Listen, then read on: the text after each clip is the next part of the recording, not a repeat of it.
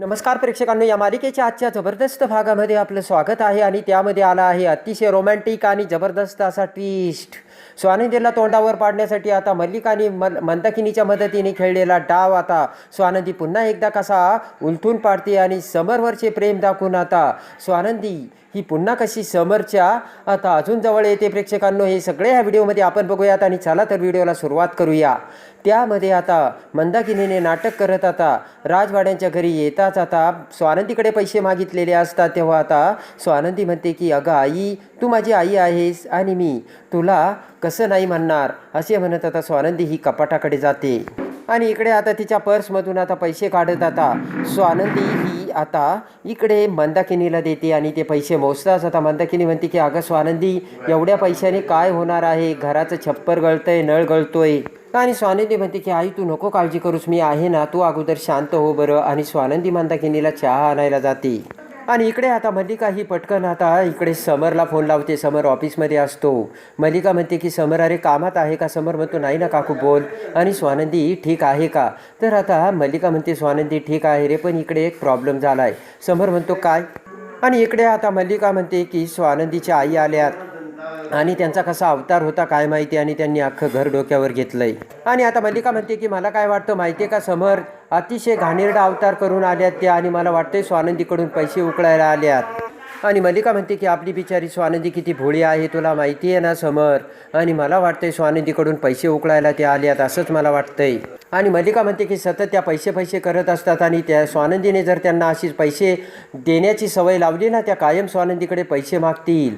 तेव्हा आता समर म्हणतो की त्यांना जर एखाद्या कामात अडचण आली असेल आणि त्यांनी जर स्वानंदीकडे पैसे मागितले असेल तर त्यात काय चूक आहे काकू?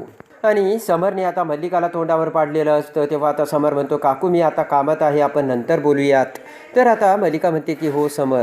आणि इकडे आता सुस्मिता ही पटकन आता मंदाकिनीकडे येते. तर मंदाकिनी म्हणते या मातोश्री या, आत्ता आठवण झाली का आपल्या मातोश्रीची? तर सुस्मिता म्हणते की आई लई लागलं का रे? तर लगेच आता मल्लिका हात दाखवत म्हणते की खूप मारलं मला त्या लोकांनी. आणि इकडे आता मंदाकिनी म्हणते की अगं मला पैशाची खूप गरज आहे आणि पैशासाठी मी इकडे आले गं, आणि राजवाड्यांच्या घराशिवाय पैसे कुठे मला भेटतील, म्हणून मी इकडे आले. तर आता सुस्मिता म्हणते की आई माझ्याकडे पैसे नाही आहे का? तर लगेच आता मंदाकिनी म्हणते की गप्प बस.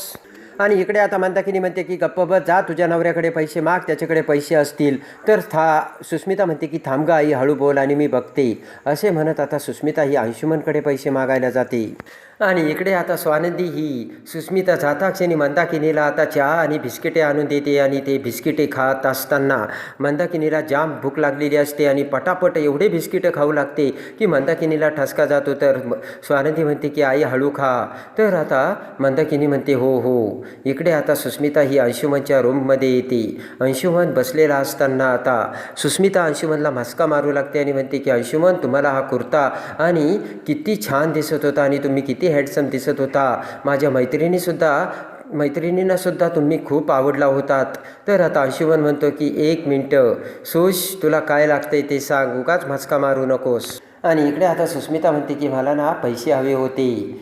तर आता अंशुमन म्हणतो का, कशासाठी? तर आता सुस्मिता म्हणते मम्माला द्यायचे होते. तर अंश म्हणतो की मी का मम्माला पैसे देऊ तुझ्या? आणि अंशुमन म्हणतो की तुझ्या मम्माला काय पोसायचा मी काय ठेका नाही धरला.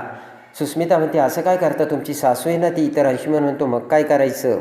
आणि सुस्मिताकडे बघत अंश म्हणतो माझ्याकडे कॅश नाही आहे. सुस्मिता म्हणते की मला माहिती आहे तुमच्याकडे कॅश असणार आहे. तर बोट करत अंशुमन म्हणतो माझ्या डोक्यात जाऊ नकोस.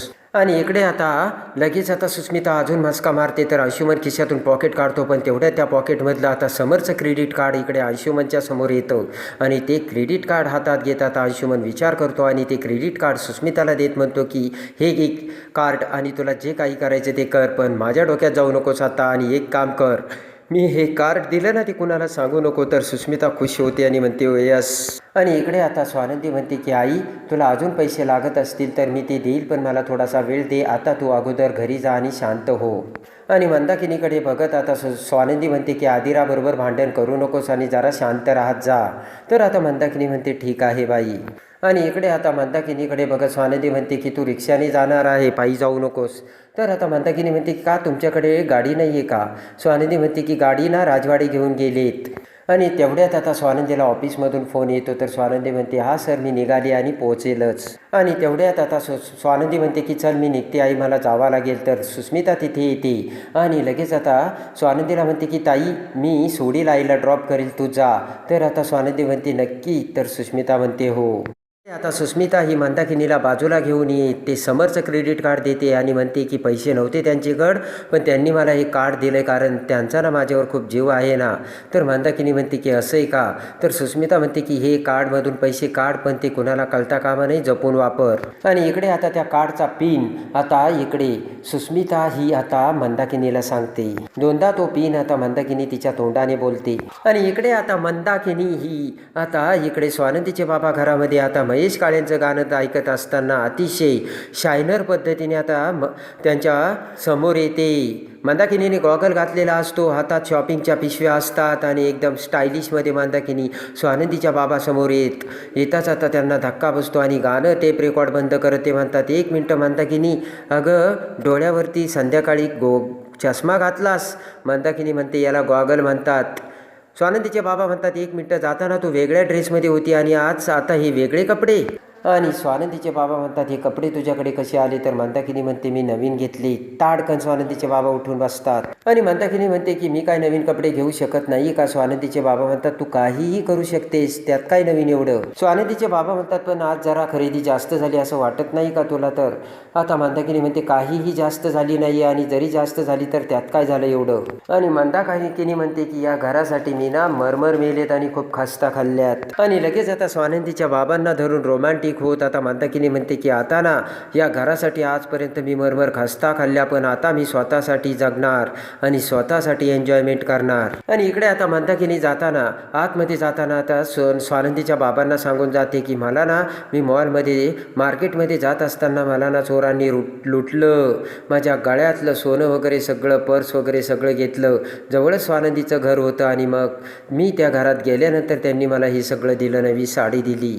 आणि इकडे आता स्वानंदीचे बाबा म्हणतात की अगं तुला तसंच आपल्या घरी येता येत नव्हतं का, कशाला गेली नंदूच्या घरी. आणि याद राख तू राजवाड्यांकडे जर पैसे मागितले ना, माझ्या इतकं कुणी वाईट असणार नाही. आणि हसतच मंदाकिनी म्हणते की मी कशाला राजवाड्यांकडे पैसे मागू, मला तर आता राजवाड्यांकडे पैसे मागायची गरजच उरली नाहीये. तर आता स्वानंदीच्या बाबांना धक्का बसतो. आणि इकडे आता समर हा घरी येताच आता रात्री बेडरूममध्ये समर स्वानंदीकडे येतो आणि म्हणतो की तुम्हाला ना आज साप चावला होता आणि बऱ्या आहात ना तुम्ही. तर आता डोक्याला हात लावत समर स्वानंदीचा ताप चेक करतो. स्वानंदी म्हणते की मला बोलू देताल का. स्वानंदीला आता समर काहीच बोलू देत नसतो आणि काळजी करत असतो. तर तेवढ्या स्वानंदी समरच्या तोंडावर बोट ठेवते आणि म्हणते की हे बघा मी अगदी ठणठणीत आहे, बरी आहे आणि तुमच्यासमोर आता बसलेली आहे. आणि पटकन आता स्वानंदी समरच्या हाताचा किस घेते आणि म्हणते की माझ्याकडे नीट बघा बरं, मी अगदी ठणठणीत आहे. आणि तेवढ्यात आता स्वानंदी म्हणते की चला आजीला ना मी दूध देऊन येते आणि स्वानंदी निघून जाते. तेवढ्यात आता समरचा फोन वाजतो आणि तेवढ्यात आता आनंदचा फोन असतो. आनंद म्हणतो की तू घराच्या सिक्युरिटीसाठी एक सिक्युरिटी गार्ड पाहिजे होता ना, त्यासाठी मी एका एजन्सीला कॉन्टॅक्ट केला आहे. आता तूच सांग पुढे कसं जायचं. आणि समर म्हणतो मी एकदा स्वानंदीशी बोलून घेतो आणि मग तुला गो अहेड देतो. आणि तेवढ्यात आता स्वानंदी तिथे परत समोर बसते. तर आता स्वानंदीकडे बघत आता समर म्हणतो हे बघा आपण आजीसाठी सिक्युरिटी वाढवली ना, तुमच्यासाठी सुद्धा एखादा सिक्युरिटी गार्ड ठेवूयात. तर स्वानंदी हसू लागते आणि म्हणते तुम्ही मस्करी करताय ना. आणि समर म्हणतो अशी एक व्यक्ती तुमच्याबरोबर सतत असायला हवी जी तुम्हाला सेफ ठेवी. आणि तुम्ही ऑफिसच्या कामाला आणि घरासाठी एवढा वेळ देताना तुम्हाला स्वतःसाठी तुमचं स्वतःकडे लक्षच असत नाही, असे आता समर बोलतो. आणि आता स्वानंदी म्हणते की सिक्युरिटी काही महत्त्वाचे नाही आहे, सिक्युरिटीपेक्षा माझं शिक्षण महत्त्वाचं आहे आणि मला त्यामुळे कुठं काय करायचं ना ते मला बरोबर डोकं शांत ठेवून कळतं. आणि समर म्हणतो की आज काय घडलं ते परत घडायला नको, त्यासाठी तुमची काळजी घ्यायला तुमच्यासोबत कोणीतरी असायला हवं, असे आता समर स्वानंदीला सांगतो. आणि स्वानंदी म्हणते की तुम्ही आहात ना माझ्यासोबत. तर समर म्हणतो सतत मी तुमच्यासोबत नाही थांबू शकत. आणि लगेच आता इकडे स्वानंदी म्हणते की अहो मी तुमच्या ऑफिसमध्ये सेल्फ डिफेन्सचं ट्रेनिंग दिलं होतं ना त्यावेळेस होते. तर समर म्हणतो की अहो पण त्याला बरेच दिवस झाले. तर स्वानंदी म्हणते अच्छा.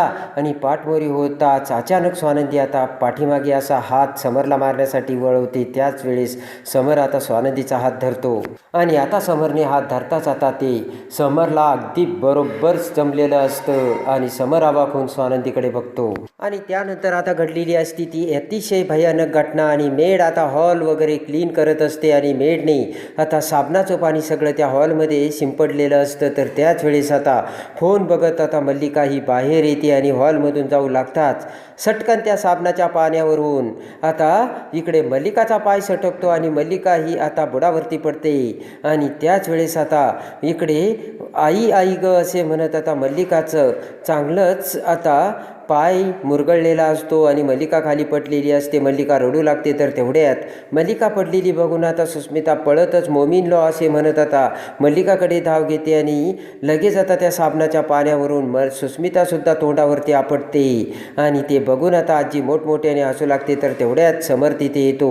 स्वानंदी ही तिथे आलेली असते आणि स्वानंदी मल्लिकाला उठवते. तर लगेच आता समर म्हणतो काय झालं. तर मल्लिका म्हणते की बघितलं का समर, या स्वानंदीमुळे मी पडले साबणाच्या पाण्यावरून. आणि लगेच आता समर हा स्वानंदीकडे बघतो. तर स्वानंदीने आता मल्लिकाला तिच्या पापाची भयानक शिक्षा देऊन आता सुस्मिता आणि मल्लिकाला तोंडावर पाडलेलं असतं आणि मल्लिकाचं मोडलेलं असतं ते कंबरडं. तर कशी वाटली स्वानंदी ते कमेंट्समध्ये नक्की कळवा. आणि या मालिकेच्या डेली अपडेटसाठी आपल्या चॅनलला लाईक करा, सबस्क्राईब करा.